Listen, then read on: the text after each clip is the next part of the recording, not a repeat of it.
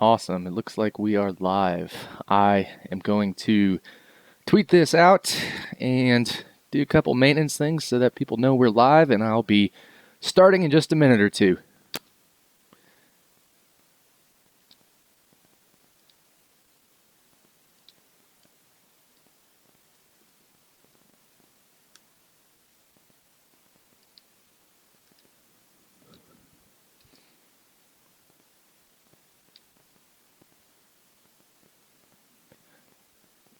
Like I said, just taking care of some maintenance. We will get started in just 1 minute.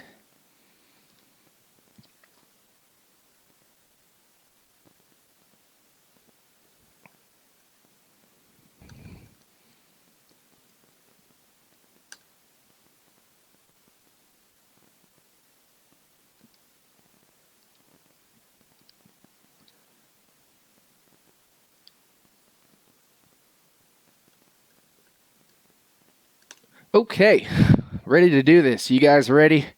Pretty excited for this this Kansas race. We've got this nice, beautiful background now, so hopefully that's a nice little thing there to make it, instead of just that it's a blank canvas. Now we've actually got a nice background.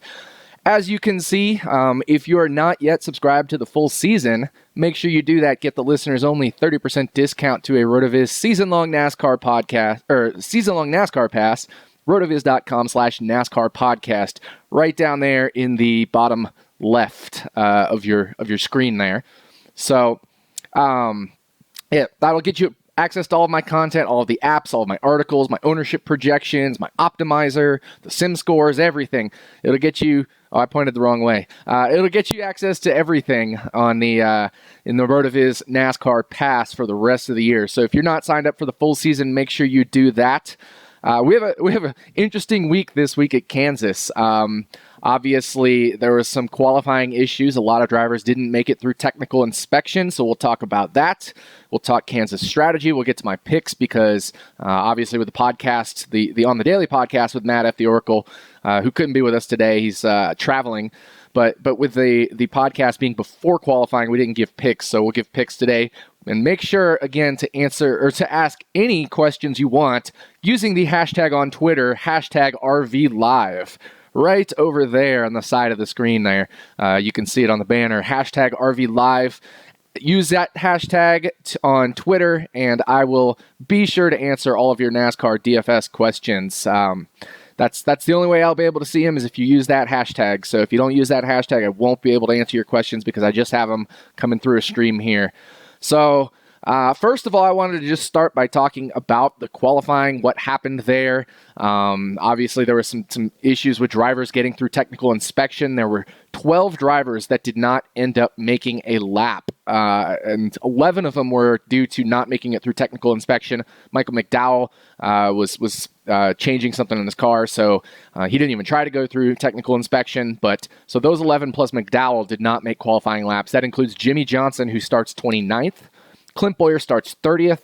Casey Kane starts 31st. Eric Jones starts 32nd. Dale Earnhardt Jr. starts 33rd. So those 5 are pretty big names starting in the back. So we're going to talk about how to address those 5 drivers this week and the strategy around that. Then there was also David Reagan, qualified 34th because he didn't take his time there. Michael McDowell 35th. Landon Castle 36th. Reed Sorensen 37. Corey LaJoie 38. Timmy Hill 39, and Carl Long in 40th. And Carl Long isn't even eligible to be picked on DraftKings. They didn't include him this week. Also, my store didn't have the Red Dogs today. They only had the Bud Light, so I got the Bud Light big one. But so make sure, again, to ask any NASCAR DFS questions you have. We're just under 2 hours away from lineup lock, hashtag RVLive. So, first, I just want to talk about those drivers starting in the back. Jimmy Johnson all the way through Dale Jr. that I mentioned, those 5 big names. Johnson, Boyer, Kane, Eric Jones, and Dale Jr. Those 5 guys are all great cash game plays. It really depends on how you want to go with roster construction as to which drivers you will use in cash games. We might want to take the approach, some of you might want to take the approach where you start only 2 attempts at Dominators, and then 4 of those guys will be place differential. Now, the thing is, you can't do a lineup that has like Truex and Blaney, and then 4 of those drivers. So you would have to pick 3 of those drivers and then drop down to somebody like Landon Castle or maybe Michael McDowell. Those 2 drivers starting back there in 35th and 36th will definitely move forward ahead of some of the names that are starting in front of them, like Derek Cope, Jeffrey Earnhardt, Cole Wick, Greg Galding, Matt DiBenedetto probably. So they'll move ahead of a bunch of those guys. And then, of course, there'll also be crashes and things like that. So if either one of them survive, they certainly are good, safe plays. So you could go the cash game route where you do 2 Dominators, a Landon Castle, and then 3 of the guys starting in the back, whether that's Boyer, Dale Jr., Jimmy Johnson, etc., or the cheaper 2, Casey Kane and Eric Jones. The other approach is using Blaney and Logano and then picking 4 of the guys starting back there. I think that's something you can do. The approach with Blaney and Logano basically locks in that front row, so you're basically guaranteed to lead the first chunk of laps. I don't love that approach, though, because I don't think Blaney and Logano will be the 2 Dominators. I think Logano is probably 3rd most likely. I think, obviously, Blaney on the pole has a fast car, fastest 20-lap average, which we got on TV there in final practice, and I think Blaney is probably, of course, the most likely to dominate just because he's starting on the pole. He'll get the jump. He does have his teammate Logano starting to the outside of him. So that's a nice thing because they should work together. I think Blaney will lead those early laps. You never know. I mean, Logano could maybe challenge his teammate on the opening restart, but we'll see there. Truex, I think, is the 2nd most likely to dominate. I think just based off of my models, the statistics I've looked at and everything like that. Truex is probably the 2nd most likely to dominate. And then I've got Logano 3rd. So that's my ordering for the 3 most likely Dominators. You could take an approach where you take all 3 because, Blaney has a relatively cheap price tag at $8,000. I mean, not super cheap, but it's below the average salary. And then if you did that, I mean, then you would have to pick 3 of those drivers starting in the back. Tougher roster construction. I don't like that one either. So a lot of different ways to approach cash games this week, even though there's a lot of chalk. I mean, there's 5 drivers back there that we can mix and match for in cash games, and I think we're really gonna have to figure out what to do with those 5, and that's going to be the key, I think, to winning this week, not only in cash games but also in GPPs. So certainly going to be interesting there to see how people approach it. I think. As far as I'm concerned, I'm going to make 3 cash game lineups. That seems to be my standard these days, is either 3 or 5, just to kind of lower my variance, especially with as much chalk as there is this week. I like getting 3 cash game lineups in there. I know a lot of people like to just do 1, and I think that's totally fine as well. There's just a lot of different options, and it's hard to pick from those options. So that's a little bit about cash game strategy. I think, in terms of picks, I gave you my picks to dominate the race, the most likely ones. I think if we want to go for contrarian dominators, Kevin Harvick is a name I really like. I think he's got a very good car. He was happy with his car in practice. He said he botched his qualifying lap a little bit, so I think he's a good contrarian dominator pick. Everybody likes Kyle Busch. He's, got the fastest, one of the fastest top 2 times in both single lap and 10-lap average in final practice. So that's going to be a big thing there as well that people will look at. They'll see those practice times for Kyle Busch, and they'll be pretty excited about that. So, like I said, fastest in single lap and. Let me see if he ran a 10-lap, actually. I have to pull that up. But if he did, he ran a 10-lap, and it was 2nd fastest. So, just a lot of things there with Kyle Busch as well that people will like. So I think those 2 guys are good contrarian dominators that start out, 5th or worse, for example. So definitely some different ways we can go in dominators. I think those are my like I said, my contrarian dominator picks. And then let's get to I gave my cash game picks. It's basically those 5 guys starting in the back and either McDowell or Castle. I think that's really the only roster construction is using those 3 most likely dominators. The 5 big names starting in the back, and then Castle or McDowell there for your cheap drivers if you want to go with different roster constructions. So it's really up to you. I don't think there is necessarily a wrong roster construction among those. That's just kind of what I think right there. So I'm going to dive right into your questions now. We've got a lot of questions coming through. Make sure, again, if you want to have questions answered, you use the hashtag RVLive on Twitter, and I'll get right to those questions. I usually just get to them in chronological order there. So I'm going to start all the way from the beginning, from questions earlier this week. Hashtag RV Live. How much do you consider practice times at Kansas? Should we rely on them pretty heavily?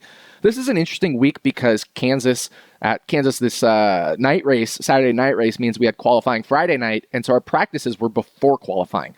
So it's hard to rely on practice times a ton, especially the single lap, because in happy hour, all of those teams made qualifying runs at the end of the final practice, the end of practice 2.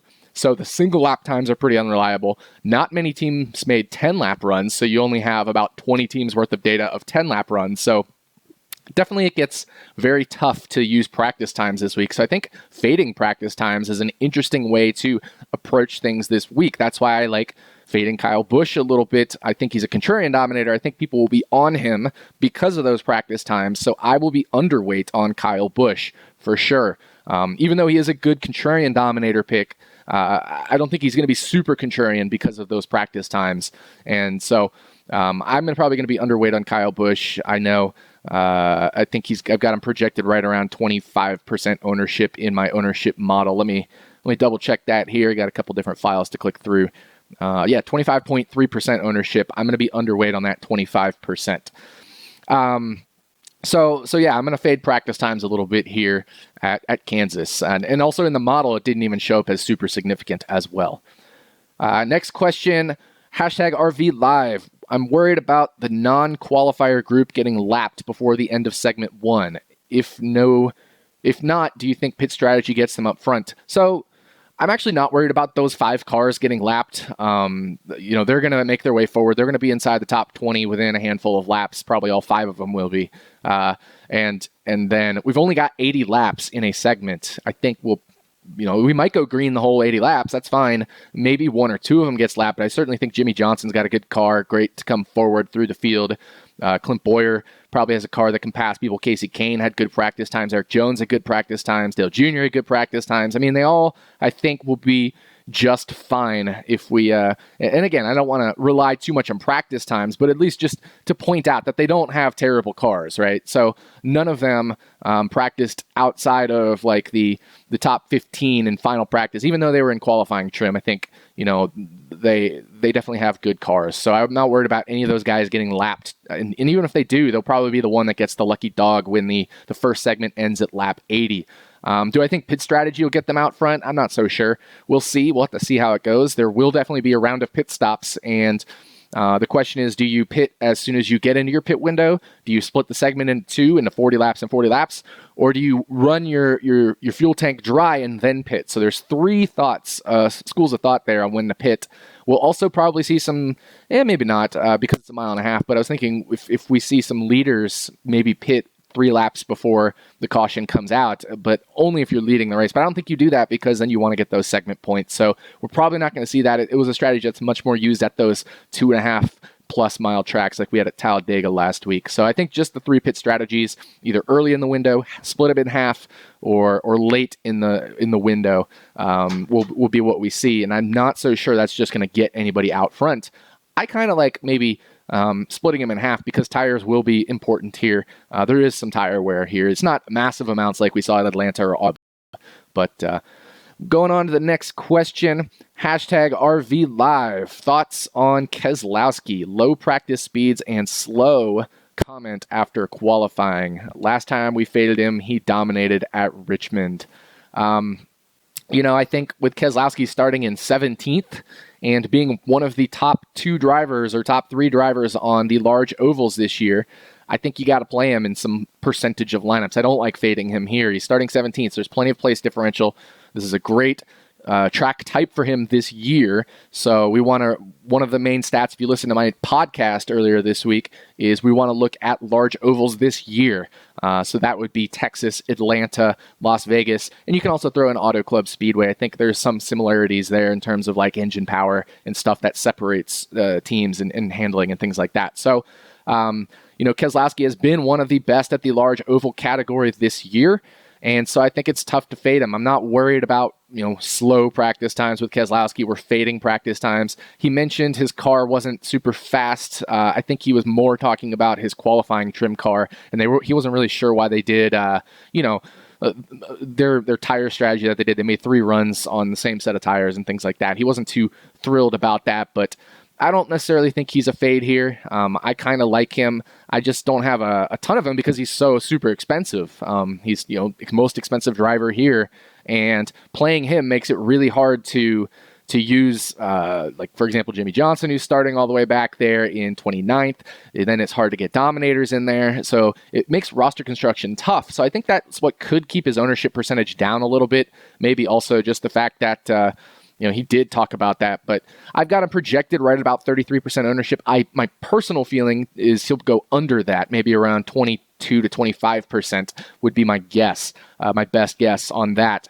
I think he'll be under the 33 that my model gives. And remember, my model is just that. It's a model. That eliminates all bias, personal bias that I might have or something. And, the last time we used this model at a non-restrictor plate race, my R-squared was 0.9. So essentially 90% of the variance in ownership projection was able to be explained, or in ownership was actually explained by my projection. So very, very good. I still trust them this week. I just think Keselowski might be one of the guys it's a little bit high on. And I think Keselowski will probably be closer to 25%, maybe 30%, because he is starting in 17th and does have some place differential to come forward. Hashtag RV Live, is McDowell usable? Starting 35th, yes, absolutely, definitely usable. I think he'll come forward 8 spots maybe on speed, maybe 5, 7, 8 spots on speed, and then he'll probably pick up some places through attrition if there's other drivers that have problems throughout the race, as long as he also avoids problems, of course. Hashtag RV Live, is Blaney considered chalk this week? Yes, he's definitely chalk. He started on the pole, fast practice times, fast 20-lap average. He's been very good at the large ovals this year. Obviously he led a bunch at Texas. So, yes, he definitely is chalk this week. Hashtag RV Live, do you play into the Suarez? This is a good question. You play in the Suarez $1 million miracle narrative at all? And so what that is, for those of you that might not know what this is, if Daniel Suarez wins today's race, his sponsor will donate $1 million to a children's charity or something like that. I don't have the exact name of the charity or anything like that in front of me, but certainly if he wins the race, that's a huge donation. I think he definitely wants to win. I just don't buy into the narrative that he will win because, he's still a rookie. He's still got some learning to do. I think even in those Joe Gibbs cars, they're not necessarily the fastest team out there right now, although, Kyle Busch's practice times were great, but I just don't think overall, I think the Stewart-Haas guys, and especially Harvick, and then the Penske teams, along with Blaney, and then even the Ganassi guys, Larson, I think those teams tend to be the fastest right now so far through the early part of the season. So not really buying into this Daniel Suarez $1 million miracle narrative, no. Hashtag RV Live, is Jimmy Johnson a must in GPP, even though he'll most likely be chalk? Obviously he's a good GPP play. He starts 29th. He has a very good car, good in practice. It's just not a bad track for him or anything like that, and he's been decent at the 1.5 miles this year. Obviously, he won at Texas, so certainly Jimmy Johnson a good play this week. The question is, how good of a play is he with his ownership percentage projection and his price point, $10,100, and then also over 50% projected ownership? I think there's certainly some merit to fading him, especially because there is a lot of chalk, other chalk, Dale Jr., Clint Boyer, Eric Jones, Casey Kane, for example. And I think you can also do some different roster constructions. Like I said, with McDowell or Castle, you can do different Dominator approaches. So I'm probably going to be a little underweight on Jimmy Johnson, but I won't be crazy underweight on him. He's starting 29th, and he's got a good car. Look for him to come forward and get into that top 10, and maybe even have a shot at winning this race like he did at Texas. Hashtag RV Live, what's your main roster construction for Kansas GPP? 2 Dominators and 3 place differential, etc. Mostly I'm going with 2 Dominators. I think I have a couple that are 1 and a couple that are 3 Dominator lineups, certainly. But mostly 2 Dominator lineups. We talked about this on the podcast earlier in the week. That's definitely the approach I will be taking at Kansas. Hashtag RV Live, how much salary are you comfortable leaving on the table in GPP builds? We talked about this also on the pod. Anywhere from, at most, 800 to about 1200, I think, is fine if you use an approach where you have Landon Castle maybe, and some of those guys starting in the back with the better guys, but like maybe your Blaney's, your Logano's. Nope, not Logano's either. Your Johnsons, your Boyers, Joneses and Canes, and Dale Jr.'s there. I think you can leave up to maybe $1,200 on the table. Got a couple more questions, more recent questions here. Hashtag RV Live. Thoughts on Harvick dominating today? Like I said, I actually think he's got a good shot at dominating. I'm trying to figure out ways to get more exposure to him because I think he's a sneaky dominator today. And that price point and that starting position will probably scare people off of him. My model in terms of projected ownership gives him 18.9% projected ownership. I would definitely like to be overweight on Harvick if that's going to be what his ownership percentage is. Hashtag RV Live, what's your thoughts on cash games tonight? I already talked about cash games at the top of the show. I'm making 3. Use those guys in the back and try to pick 2 dominators or maybe 3 or maybe 1 if that's the way you want to go. Hashtag RV Live, what do you think of Keselowski as a cash game play? And who's your favorite Joe Dirt play for cash? So Joe Dirt cheap, of course, being $6,000 or less. My favorite would be Landon Castle at $5,200. I'd like that discount relative to McDowell for the Joe Dirt cheap tier of drivers. For Keselowski and cash, I'm not going to do it. I think you got to use Jimmy Johnson over Keselowski, and then I think you want to take some Dominator shots in cash. So I'm not going to be able to use Keselowski in cash this week.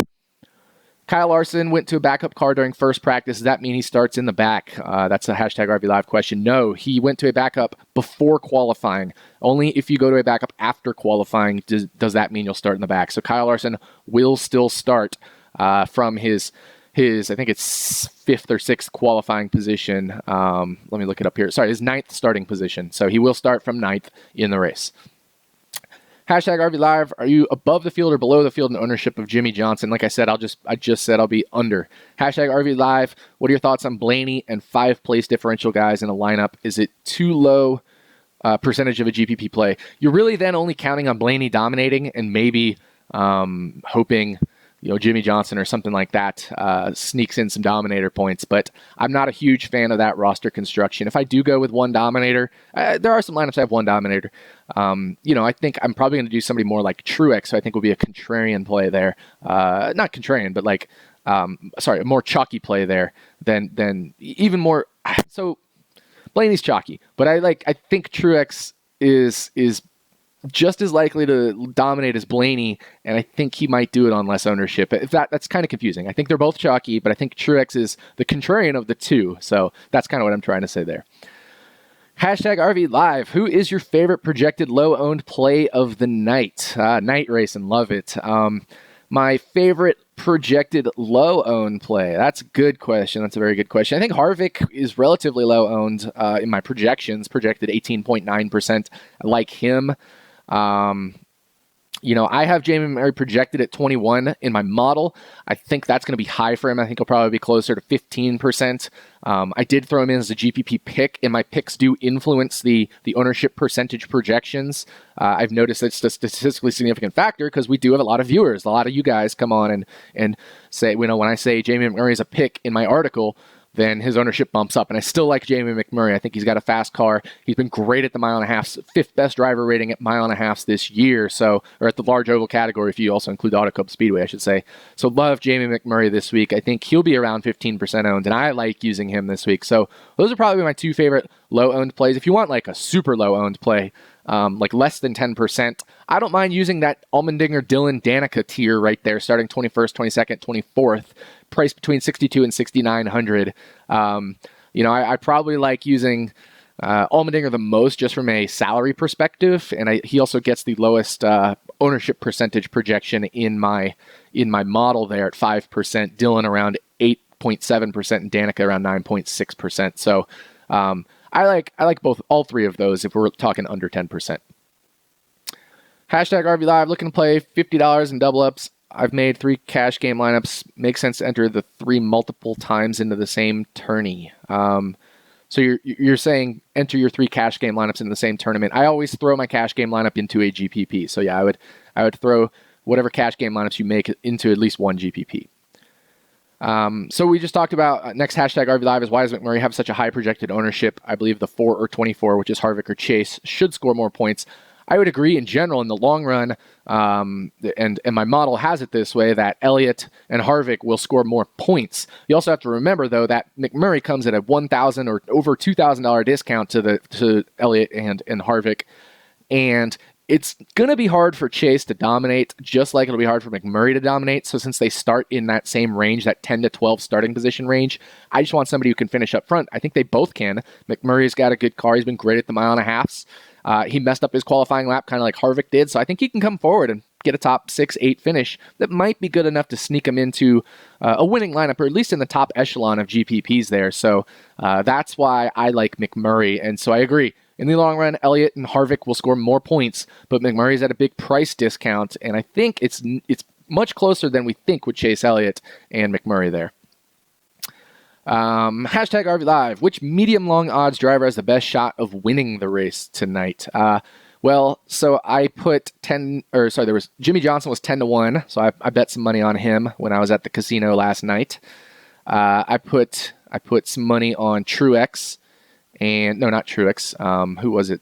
On Harvick, and I think I put some on Larson as well. So those were my 3 that I think had good odds relative to their odds to win.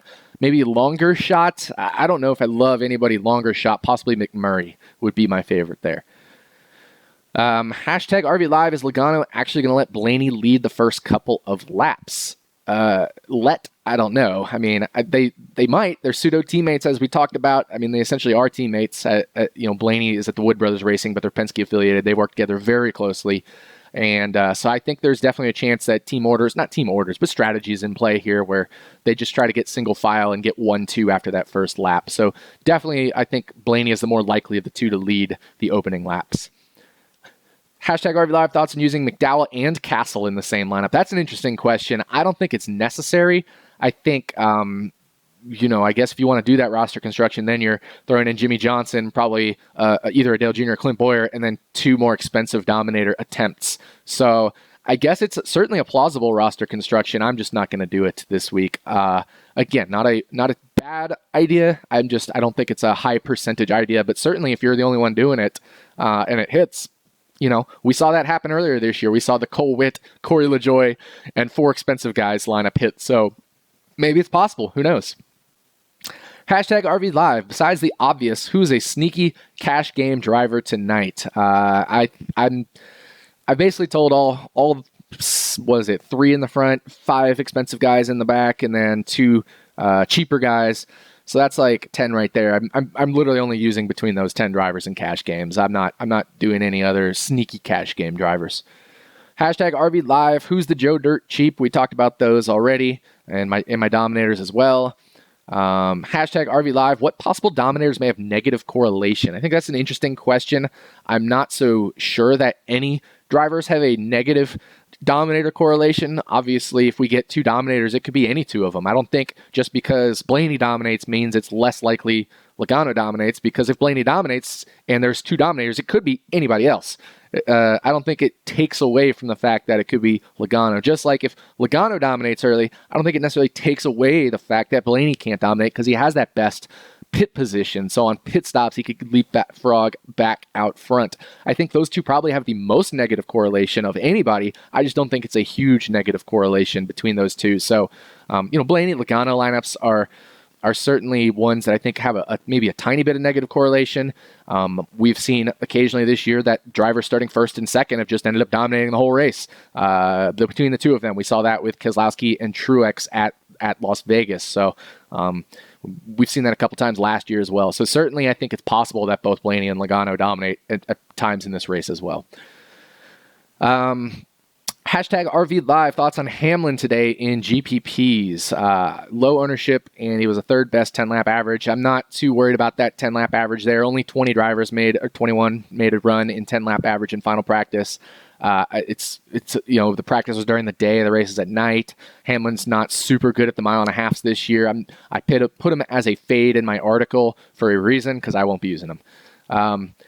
Hashtag RV Live. Is Jones going to crash again and ruin my day? Eric Jones has had a lot of crashes. I think that's maybe a reason to avoid him in cash games if you want. I will still have exposure to him in cash games if I do 3 lineups. Certainly I want him at least one of my 3, because if he doesn't crash, he probably will come forward and finish in that top 20, top 15, and have a nice cash game day for you.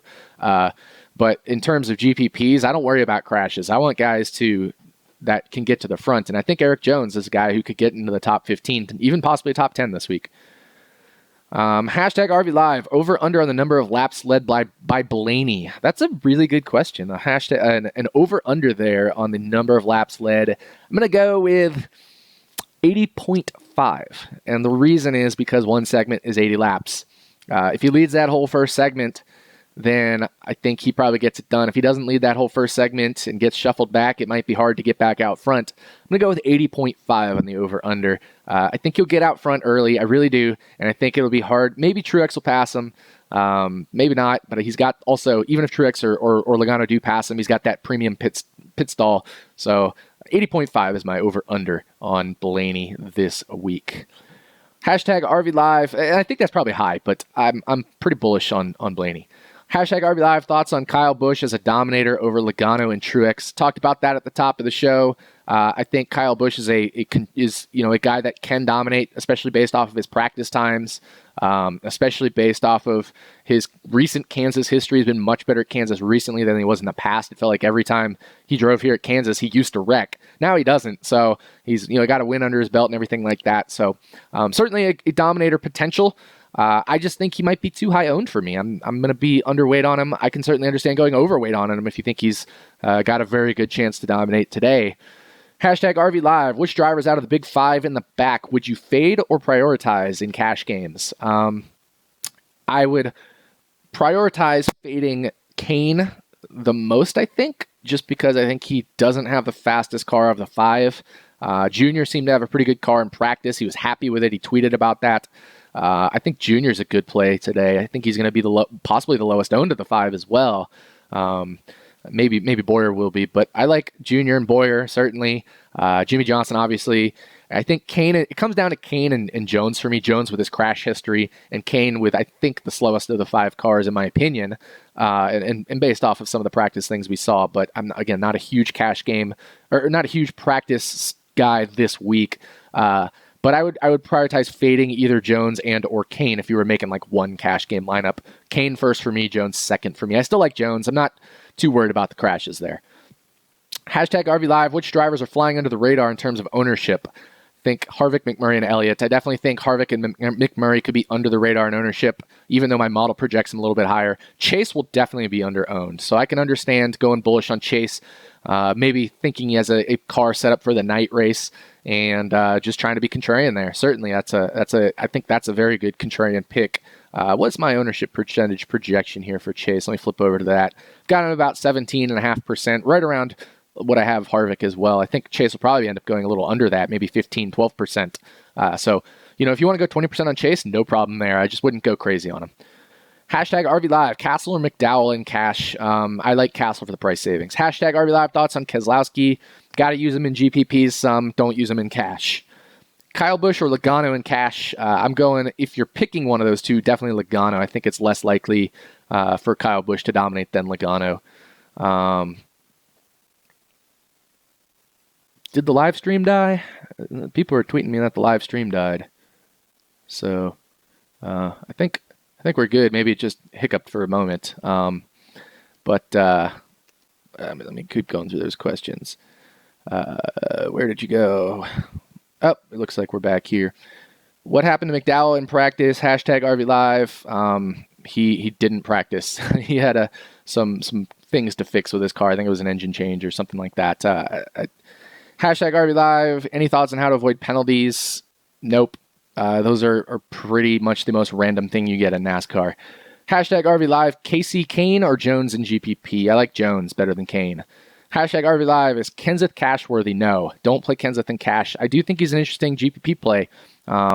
Starting there in a range where there's some place differential potential with 14th starting position, and who knows, he could win this race. Certainly, it's possible. Hashtag RV Live. Who can I put as a second Dominator with Harvick? Anybody. I mean, we've talked about a lot of them. Logano, Blaney, Truex, Kyle Busch, Kyle Larson, I think, is a guy we haven't talked enough about so far. Hashtag RV Live. I like Truex, Harvick, and Busch as top 3 dominators this week. How many beers do you think I can drink before green? However many you want. Hashtag RV Live. Do you think Truex in cash? Do you like Truex in cash? Yeah, I definitely like Truex in cash. If he's in my top 3 dominators, I will definitely have some cash exposure. Hashtag RV Live. Thoughts on using both Castle and McDowell to get more top tier players? We talked about this earlier. It's definitely a construction you can use. I just don't think it's a likely winning construction. That doesn't mean it can't, as we talked about. Hashtag RV Live. Is Keselowski considered a dominator? No, he's starting in that 17th place. I think it's unlikely he dominates. It'll take some work to get to the front. Obviously, he can dominate a portion of this race, especially if it's in the second half of this race. And so, but I'm not considering him as a dominator when I'm playing him in my lineups. I'm thinking more like, if I do that, I'm going like a Blaney and a Truex and a Keselowski. Or you could stack all the Penske guys if you think they have some advantage there. Blaney, Logano, and Keselowski. So I'm considering Blaney and Logano as my dominators. Keselowski more as like place differential. Hashtag RV Live. Would you enter the same cash lineup in a multi-entry double up multiple times? Yes. Hashtag RV Live. Kane or Eric Jones? We talked about this one a lot. Eric Jones. Hashtag RV Live. Larson as a contrarian dominator. Yes, we just talked about that. Definitely. I think Larson is a good contrarian dominator. Like him this week, certainly. Hashtag RV Live. Thoughts on Newman? It's a guy I haven't paid much attention to this week. He's starting there in the 19th starting position. Hasn't been super great on the 1.5 and 2 mile ovals this year in terms of like driver rating relative to his starting position, for example. So, no, I'm not a huge Newman fan this week. I think that's pretty much where I stand on him. I think that's where I am on Newman. I'm not going to use him at all. So, moving on to the next question. Sorry, I'm clicking a button here, a couple buttons here. Hashtag RV Live. What bet would RotoDoc be making on that 80.5 over under? I gave that as an over under because I think that's the even split right there. I guess maybe under. Maybe 80.5 is a little high. Maybe I should do 79.5. I don't know. I don't love making lines. I'm not a guy who sets lines on number of laps led there. I've gotten through all the questions. It looks like we're still live, so hopefully you guys have been following along. My stream's still showing as live. We're all out of questions right now. So if that's gonna be all the questions we get, I'm gonna end the show here.